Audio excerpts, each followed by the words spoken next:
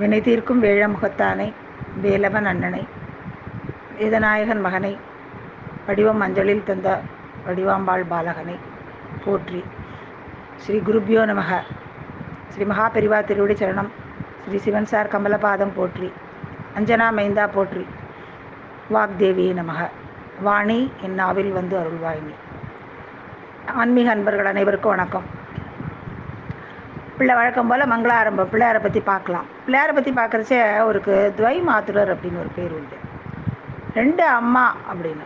ஒரு அம்மா எல்லாருக்குமே தெரியும், அதுதான் அம்பாள் பராம்பிகை. அவள் தானே அவருக்கு தன்னோட உடம்புல இருக்கிற மஞ்சளெல்லாம் ஒழித்து மஞ்சள் குங்குமம் மங்களகரமான பொருட்களுக்கு வடிவமே கொடுத்தாங்க. இன்னொரு அம்மா யார் அப்படின்னாக்கா கங்காவாம். அப்படின்னா அப்பா தலையில் இருக்கா இல்லையா கங்கா, அவளையும் அவர் அம்மாவாக நினைக்கிறாங்க. நியாயமாக பார்த்தாக்கா முருகனுக்கு வந்து காங்கைங்கிற ஒரு பேர் உண்டு. ஏன்னா கங்கை தாங்கி அப்புறமா அவளை சரவண பகையில் இது பண்ணுறாருனால.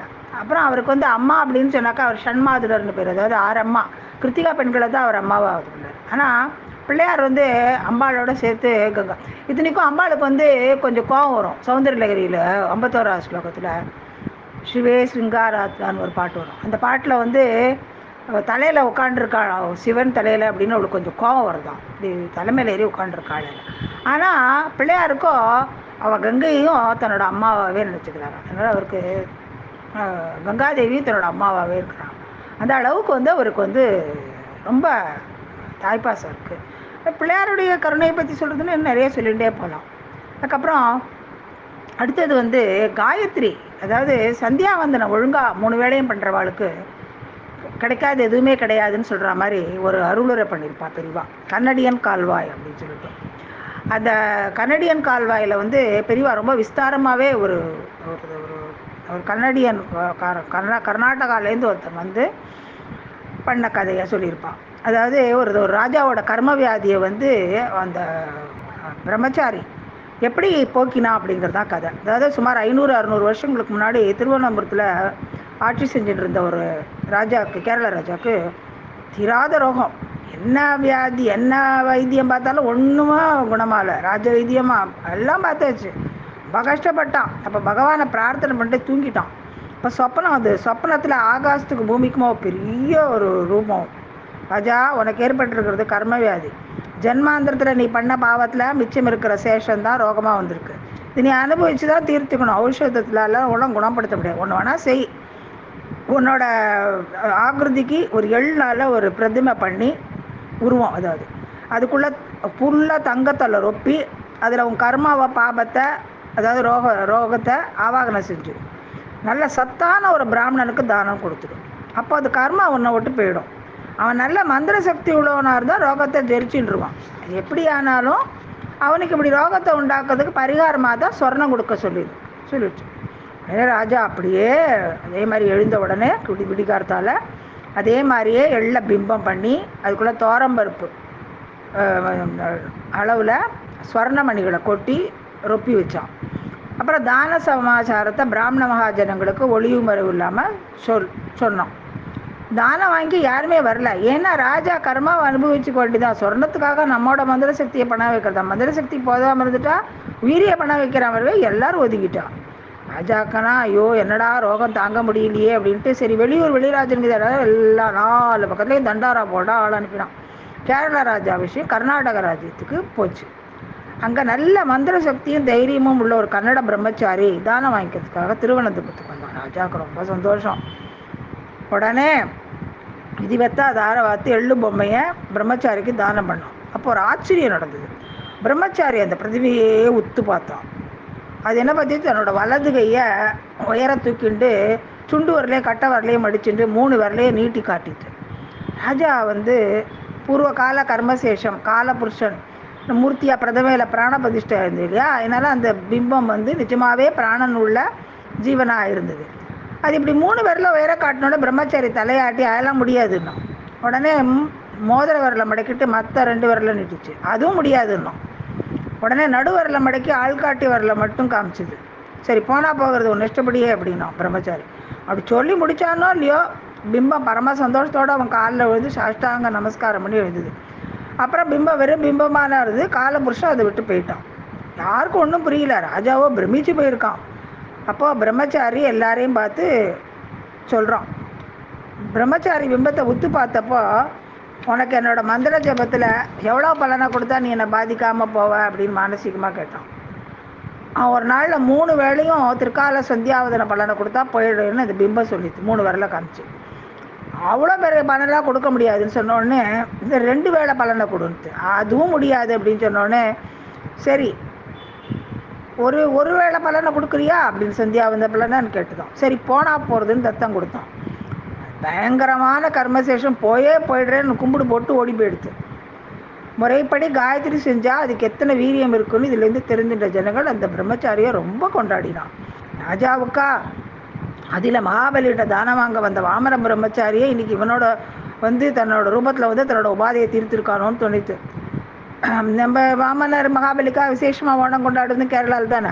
வாஸ்தவத்திலே பிரம்மச்சாரி பிரதம தானம் வாங்கினோடனே ராஜாவுக்கு நோய் குணமாயிடுது. ஆனால் பிரம்மச்சாரிக்கு ரொம்ப வருத்தம் வந்துடுது. இப்படி புத்தி இல்லாமல் பண்ணிட்டேனே. தர்மசாஸ்திரத்தில் பிராமண லட்சணம் தாரித்திரியம்னு சொல்லியிருக்கு, அதாவது வறுமை தான்.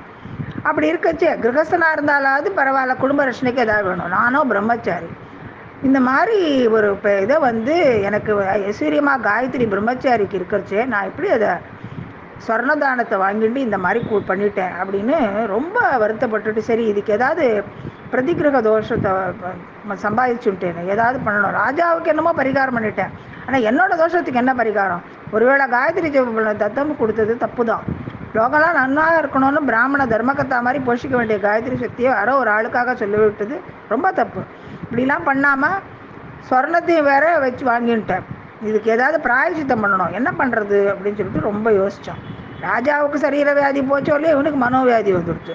இப்படியே யோஜனை பண்ணி அகஸ்திய ரிஷியை அவன் எப்படியாவது தரிசனம் பண்ணி பிராயச்சித்துக்கிட்டான். ஏன் அகஸ்தியர் அவன் நினச்சான் அப்படின்னா, அவர் அப்போ திவ்ய சக்தியை காட்டியவர் யாருமே கிடையாது. அங்குஷ்ட பிரமாணம், அதாவது கட்டவரல் அளவு தான். ஆனால் அவர் தபோபலத்தினால 2 மகாபர்வதங்களுக்கு சமமாக தன்னை நிரூபிச்சுட்டு இருக்கார். பார்வதி பரமேஸ்வரன் திருக்கல்யாணத்தும் போது கூடிய கூட்டத்தில் ஹிமாச்சலமே அமுங்கினப்ப ஈஸ்வரன் இவரைத்தான் தென்கோடிக்கு அனுப்பி தராச சமையட கட்டுற மாதிரி நிறுத்தி வச்சு அதை லெவலுக்கு கொண்டு வந்தார். அப்போ இறங்கிய மலையேற அங்கே உபகாரம் பண்ணவர் இந்த விந்திய பர்வதத்தை மேலே வளர்ந்து கொண்டே போகும்போது அது தலையில் ஒரு அமுக்கி வளராமல் தடுத்தவர். மகாசமுத்திரத்தை தன்னோட உள்ளங்கையில் அடக்கி ஆச்சமனியம் பண்ணவர். எல்லாற்றுக்கும் மேலாக்க சாஸ்வதமான உபகாரம் கமண்டல தீர்த்தத்திலிருந்து காவேரி அனுகிரகிக்கிறதுக்கு. தமிழ்நாட்டை தொடுவதற்கு முந்தி காவேரி கர்நாடக தேசத்தில் தானே பாயிறான்.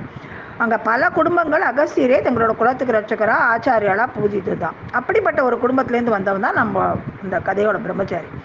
பிரம்மச்சாரி அப்படின்னு சொல்கிறோமே தவிர அவன் பேர் என்னன்னு தெரியலன்னு சொல்லியிருப்பான் மகாபெரிவா. ஏன் அப்படின்னாக்கா, இது அத்தபாட்டி கதை இல்லை, இது வெறும் ஸ்டோரி கிடையாது, இது பலமான ஹிஸ்ட்ரி ஆதாரம் இருக்குது.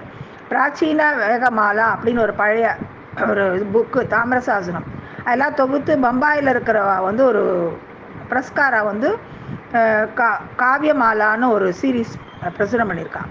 அதில் 3ஆம் பாகத்தில் இந்த சாசனத்தில் இந்த கதை வாஸ்தவத்தில் நடந்திருக்க ஆதாரங்கள் இருக்குது.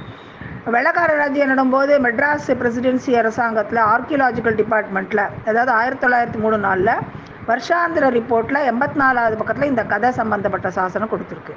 சேர்மாதேவின்னு ஒரு இடம் எல்லாரும் கேள்விப்பட்டிருப்போம். அந்த சேர்மாதேவியில் உள்ள சாசனம் தான் இது. இன்னும் கொஞ்சம் தூரத்தில் தெரியும் சேர்மாதேவிக்கும் நம்ம கதைக்கு என்ன சம்பந்தம் அப்படின்னு சொல்லி பெரியவா சொல்லியிருப்பான்.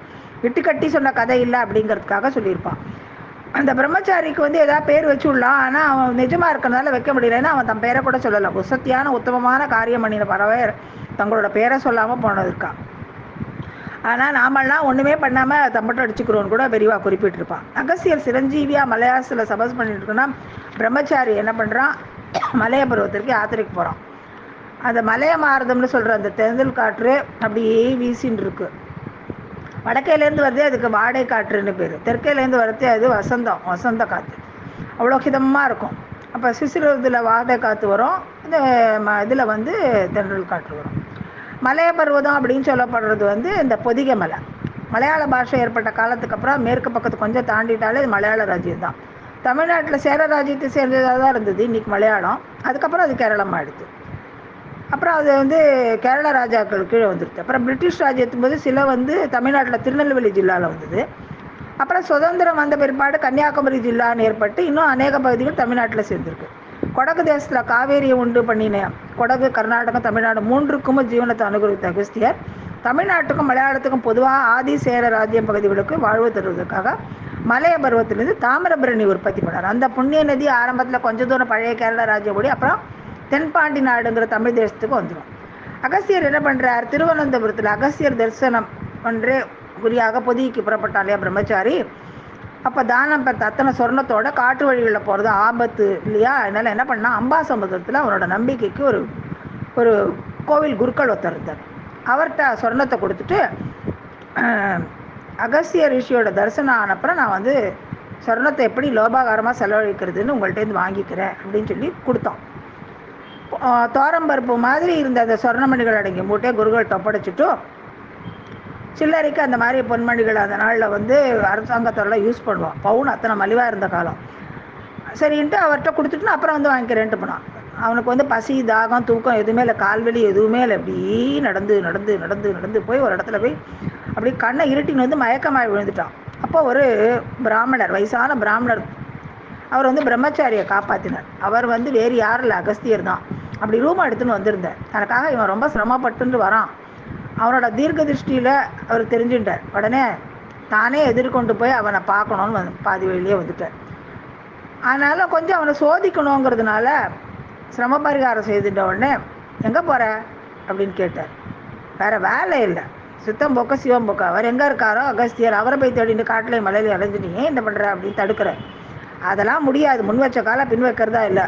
அவருடைய பக்தி விசுவாசம் அவர்கிட்ட எனக்கு கொஞ்சம் கூட பரம கருணையில் அகஸ்தியர் நிச்சயம் கை கொடுப்பார், நீங்கள் தடை பண்ணாதேன்னு சொல்கிறான். உடனே அகஸ்தியர் சுயரூபத்தில் அவனுக்கு தரிசனம் கொடுத்து ஆசீர்வதிச்சு, அப்பா இப்போது இங்கே ஒரு பசு வரும், பக்கத்தில் தெரிகிற அந்த தாமிரபரணி கரையில் நிற்கும். அது நிற்கிற இடத்துல ஆற்றுக்கு அணை கட்டி அதுலேருந்து ஒரு கால்வா வெட்டு. கால்வா எப்படி போனோன்னா நீ பசுவோட வாழை பிடிச்சிக்கணும். நிற்கும் பசு, அப்போ அது ஓட ஆரம்பிக்கும். அது ஓடுற வழியாக அடையாளம் பண்ணிகிட்டே போனோம். அந்த வழியாக கால்வாயை வெட்டிகிட்டே போனோம். பசு நடுவில் எங்கெங்கே சாணம் போடுறதோ அங்கெல்லாம் ஒரு மடை. அப்புறம் அது சிறுநீர் இது பண்ணுற இடத்துலலாம் சிறிய வடிகால், பசு படுத்துக்கொள்கிற இடத்துல ஏரி, இப்படி பண்ணிகிட்டே போனோம். ஒரு குறிப்பிடத்தில் பசு உன் பார்வையிலேருந்து மறைஞ்சு போயிடும். அந்த இடத்துல கால்வாயை முடிச்சிடும். அப்போ மனுஷர், மிருகம் எல்லாருக்கும் தாகம் தீர்க்கறதுக்கும் அழுக்கும் இதுவும் போகிறதுக்கும் ஸ்நானம் பண்ணிக்குவோம். பயிர் பச்சை விளைந்து பல பேர் பசியாரவும் உபகாரம் செய்தால் உன்னுடைய இந்த பிரதிகிரக தோஷம் ஓடியே போய் புண்ணிய லோகம் சேருவாள். இந்த லோகத்துலேயும் இந்த சூரிய சந்திரா இருக்கிற வரைக்கும் உன் கீர்த்தியும் இருக்கும்னு சொல்லிட்டு அந்தர்தியானம் ஆயிடுவேன். காவேரியும் தாமிரபரணியும் கொடுத்தவர் லோபாகாரமாக நீர்வளம் பெருக்கி தருவத்தர வேற என்ன பரிகாரம் செய்வார். அகஸ்தியர் மறைஞ்சாரோ இல்லையோ அதே மாதிரி மாயமாக அங்கே ஒரு பசு திடீர்னு தோணித்து தாமிரபரணி பக்கத்தில் போய் அந்த இடம் தான் சேர்மாதேவி. சேரன் மகாதேவி தான் சேர்மாதேவின்னு இருக்குது. திருநெல்வேலி ஜில்லாத்தில் அது கேரள தேசத்துக்கு சேர ராஜ்யம் தானே கேரள ராஜ்யம். தென்னை ரொம்ப விசேஷம் அந்த ஊரில், அதான் அதுதான் கேரளம்னு ஆயிருக்கு. அப்புறம் அந்த இடத்துல வந்து தென்னைக்கு வந்து சம்ஸ்கிருதத்தில் நாரிக்கேளம்னு பேர். அந்த நாரிக்கேளம் தான் கேரளம்னு ஆயிடுச்சு. அந்த கேர என்பது தமிழில் சேரன்னு ஆயிடுச்சு. காவும் சாவும் ஒன்றுக்கு பதில் மட்டும் வரும் இல்லையா. அது மாதிரி கவரிமான் சௌரிமான் ஆற மாதிரி, கீர்த்தி சீர்த்தி ஆற மாதிரி, மூக்கு மூச்சு. அப்புறம் கைன்னு நம்ம சொல்லுவோம், அது அவள்னா தெலுங்காரெல்லாம் செய்யும்பா, கையால் செய்கிற காற்று. அது மாதிரி கரன்னா கை, கரோமினா செய்கிறேன். இப்படி சமஸ்கிருதத்தில் இருக்க சில வார்த்தைகள்லாம் தமிழ் இப்படி மாறி இருக்கு. சோழராஜா என்பது தமிழில் கோழிவேந்தன், அதாவது சாக்கு பதிலாக க. இப்படி தமிழில் சேரமாகவும் சமஸ்கிருதத்தில் கேரளாவும் இருக்கிற அந்த ராஜ்யத்தோட அது வந்து ஆதி காலத்தில் முக்கிய பட்டணங்கள்லாம் ஒன்றா இருந்தது. சேரன் மகாதேவி பட்டமகிழ்ச்சி, அவள் பேரில் ஏற்பட்ட பட்டணம். இரண்டுக்கும் மாதேவின்னு இடமிடுபடு. பாண்டி மாதேவி அப்படின்னு ஞான சம்பந்தரே மங்கையர்க்கரசிய தேவாரத்தில் குறிப்பிட்டிருக்கார். இதனால் சிபியோட வம்சத்தில் வந்ததுனால செம்பியர்னு பெயர் பெற்ற சோழர்களில் செம்பியன் மாதேவி அப்படின்னு ஏராளமாக சிவதர்மம் செய்த ஒரு ராணியும் இருந்திருக்கான். சைவ திருமுறைகள் 12 9ஆம் திருமுறையாக இருக்கிறது திருவிசைப்பாக்கள பாடிகள் ஒருவரான கண்டராதித்த சோழ ராஜாவின் பத்தினி தான் அவள், அந்த செம்பியன் மாதேவி. அவள் பேர்லேயும் ஒரு ஊர் இருக்குது. சேர்மாதேவியில் நின்ன பசுவோட வாழை பிரம்மச்சாரி பிடிச்சுட்டான். அது ஓட ஆரம்பிச்சுது. அந்த வழியை நன்னா அடையாளம் பண்ணிட்டான். அது சாணம், சிறுநீர் இதெல்லாம் கழிச்சடங்கள்லாம் குறிச்சுட்டான். மற்ற எல்லா பிராணிகளையும் கிட்டேருந்து வர இதெல்லாம் வந்து வேஸ்ட்டு வந்து கிடையாது. ஆனால் பசுக்கிட்டேருந்து வர்றது மட்டும் கிருமி நாசினியாகவும் தோஷ நாசினியாகவும் ஆகுது. கோமயம் கோமூத்திரம் எப்படி ரோகங்களை போக்குறது, டிஸ்இன்ஃபெக்டன்ட் அப்படிங்கிறது வைத்திய புஸ்தகங்களை பார்த்தா தெரிஞ்சுக்கலாம். அது மட்டும் இல்லை, தோஷங்கள் தீட்டு இதெல்லாம் கூட நிவர்த்தி பண்ணுறது தர்மசாஸ்திரம் சொல்கிறது. அதை விட ஜாஸ்தி சாணம் சிறுநீர்னு சொல்லிருக்கோமே, அதை பரிகாசம் செய்யக்கூடாதுங்கிறதுக்காக பெரியவா அப்படி சொல்லியிருப்பான். இதில் தானே விபூதி எல்லாம் கூட தயாரிக்கிறாங்க. மாடு எங்கெங்கே படுத்தணும் அதையும் அடையாளம் பண்ணிட்டான். உலகத்துக்கு உதவ வேணும் அப்படிங்கிறதுக்காக அவன் மாட்டோடு இழுபோயிட்டு இருக்கிறது சீனியபுரம் அப்படிங்கிற ஊரில் ஒரு தாசியோட வீடு. லட்சியத்துக்காக மான அபிமானம்லாம் விட்டான் இல்லையா, அவன் அதுக்குள்ளேயும் போனான். அந்த வீட்டை எடுத்துட்டு அவள் பார்த்தா, அவளுக்கு பேர் கலாசின்னு பேர். உடனே வந்து பசுவுக்கு முன்னாடி வந்து, ஏய் என்ன என் வீட்டை வந்து மாடை வர விட்டேன், அப்புறம் அடையாளம் வர பண்ணிக்கிறேன்னு கேட்டான். உடனே சத்தியசந்தன் இல்லையா பிரம்மச்சாரி எல்லாத்தையும் சொல்லிவிட்டு, அம்மா பசுவின் கதியை நான் தடுக்கக்கூடாது, அதனால தான் உன்னோட சொல்லாமல் போனேன். கால்வா வெட்டும்போது உன்னை கேட்டுன்ட்டு உனக்குரிய சொர்ணத்தையும் கொடுத்துட்டு இந்த வீட்டை இடித்து கால்வா மார்க்கத்தில் கொண்டு வரேன்னு தெரிவிச்சுட்டான். உடனே அவள் வழியில் யார் யாரோட சொத்தெல்லாம் எடுத்துக்கிறியோ அவளுக்கு நஷ்ட ஈடு கொடுத்துட்டு தான் நீ இது பண்ணணும்னு அகஸ்தியர் சொல்லியிருந்தார். காம்பன்சேஷன் அப்படின்னு சொல்கிறோமே அது. உடனே கலாசி சொல்கிறா, அதெல்லாம் ஒன்றும் நஷ்ட ஈடு வேண்டாம், ஒன்றும் வேண்டாம், பயிர் பாசனமெல்லாம் நன்னா வளர போகிறது, நீ வெட்டுற கால்வாயில் இந்த ஊர் வாழும், அப்படி வாழ பண்ணுற புண்ணியத்தில் எனக்கும் தானே பலன் இருக்குது, அதனால் இந்த வீட்டை நான் கொடுக்கறதுனால எனக்கும் பங்கு இருக்குது அப்படிங்கிறச்சு அதுவே போகிறோம். அதோட ஊர் வயலுக்கெல்லாம் ஜலம் போகிறது போது என்னோட நிலத்துக்கு தானே கிடைக்க போகுது, ரொம்ப பெரிய மனசோடு சொன்னான். பெரியவா அந்த இடத்துல சொல்லியிருப்பான், எந்த குலத்தவரானாலும் எந்த தொழில் செய்வரானாலும் அவளையும் உத்தமமான சிந்தை உள்ள இருப்பான்னு அந்த கலாசி ரொம்ப பெருமையாக நல்ல உயர்த்தி சொல்லியிருப்பான். அப்புறம் அந்த பசு வந்து அவனை கொஞ்சம் தூரம் இழுத்துட்டு போயிட்டு பரந்தாரி அப்படின்னு கிராமம் வந்தோடனே அங்கே வறண்டு போன ஒரு ஏரிக்கரையிலேருந்து அப்படியே மறைஞ்சு போயிடுது. அந்த கிராமத்தை தான் இப்போ வந்து பிரிஞ்சாரி அப்படின்னு சொல்கிறான். அகஸ்தியரின் மகிமையால் அந்த தெய்வ பசுன்னு புரிஞ்சுட்டான் பிரம்மச்சாரி. பசுவை விட புனிதமான ஜந்து எதுவுமே கிடையாது. 33 கோடி தேவதைகளும் அதில் அடக்கம். சகல பாபங்களையும் போக்கு தாமரவண்ணியிலேருந்து ஒரு கால்வாய்க்கு எத்தனை பெருமை உண்டுன்னு காட்டுறதுக்காக தான் பசு ரூபத்தில் அகஸ்தியர் அந்த கால்வாய்க்கு பிளான் போட்டு கொடுத்தது. அவரே தான் பசு ரூபமாகவும் வந்தார். பரந்தாரி ஏரியோட கால்வாய் முடிஞ்சுன்னு வேணும் அப்படின்னு புரிஞ்சுட்ட பிரம்மச்சாரி உடனே சொர்ணத்தை எடுத்துட்டு வரதுக்காக அம்பாசமுத்திரத்துக்கு ஓடினான். பொது தொண்டுனா இப்படி தானே ஓய்வு ஒழிச்செல்லாம் ஓடியாக வேண்டாம், இல்லை இடைஞ்சல் தோல்வி அவமானம் எல்லாத்தையும் முழுங்கிண்டு ஆகணும் இல்லையா. அவனுக்கு எல்லாமும் இப்போ இருந்தது, அவன் எல்லாத்தையும் பண்ணினான். அம்பாசமுத்திர குருக்கள் திருப்பி கொடுத்த மூட்டையை அவன் பிரித்து பார்த்தா அதில் சொர்ணத்தில் இருக்கிற தோரைக்கு பதிலாக அசல் தோரம் பருப்பு வச்சுருந்தார். வெறும் தோரம் பருப்பை கொடுத்துட்டு இதான் நீ கொடுத்த அப்படின்னு சொல்கிறார். சாதிச்சுட்டார். உடனே ராஜாட்ட ஓடினான். அம்பாசமுத்திரம் அப்போ கேரள ராஜ்யத்தில் இருந்ததுனால தானம் கொடுத்த பழைய ராஜாட்ட தான் போய் சொன்னான். ராஜாவுக்கு பிரம்மச்சாரியோட பெருமை ஏற்கனவே தெரிஞ்சிருந்தா, தன்னோட வியாதி தீர்த்தமேவன்னு தெரிஞ்சிருந்ததா. உடனே அவ்வளோ சொர்ணத்தையும் பொதுஜன பண்ணிக்கே வேற அவன் அர்ப்பணம் பண்ணுறான்னு தெரிஞ்சுதா. அதனால் ராஜாவுக்கு கூடுதலாக அவன்கிட்ட ஈடுபாடு இருந்தது. ஆனாலும் சொர்ணத்துக்கு கொடுத்த ரொம்ப கொடுத்தவர் சிவாச்சாரியாராக இருந்ததுனால அவர்கிட்ட மரியாதை தப்பி பேசக்கூடாதுன்னு அவரை கூப்பிட்டு அனுப்பி நல்ல வார்த்தையாக சொன்னான். அந்த மனுஷரோ அதே பழைய பல்லவி தான், வந்து தோரம்பருப்பு தான் கொடுத்தான், தோரணம் கொடுக்கலன்ட்டார்.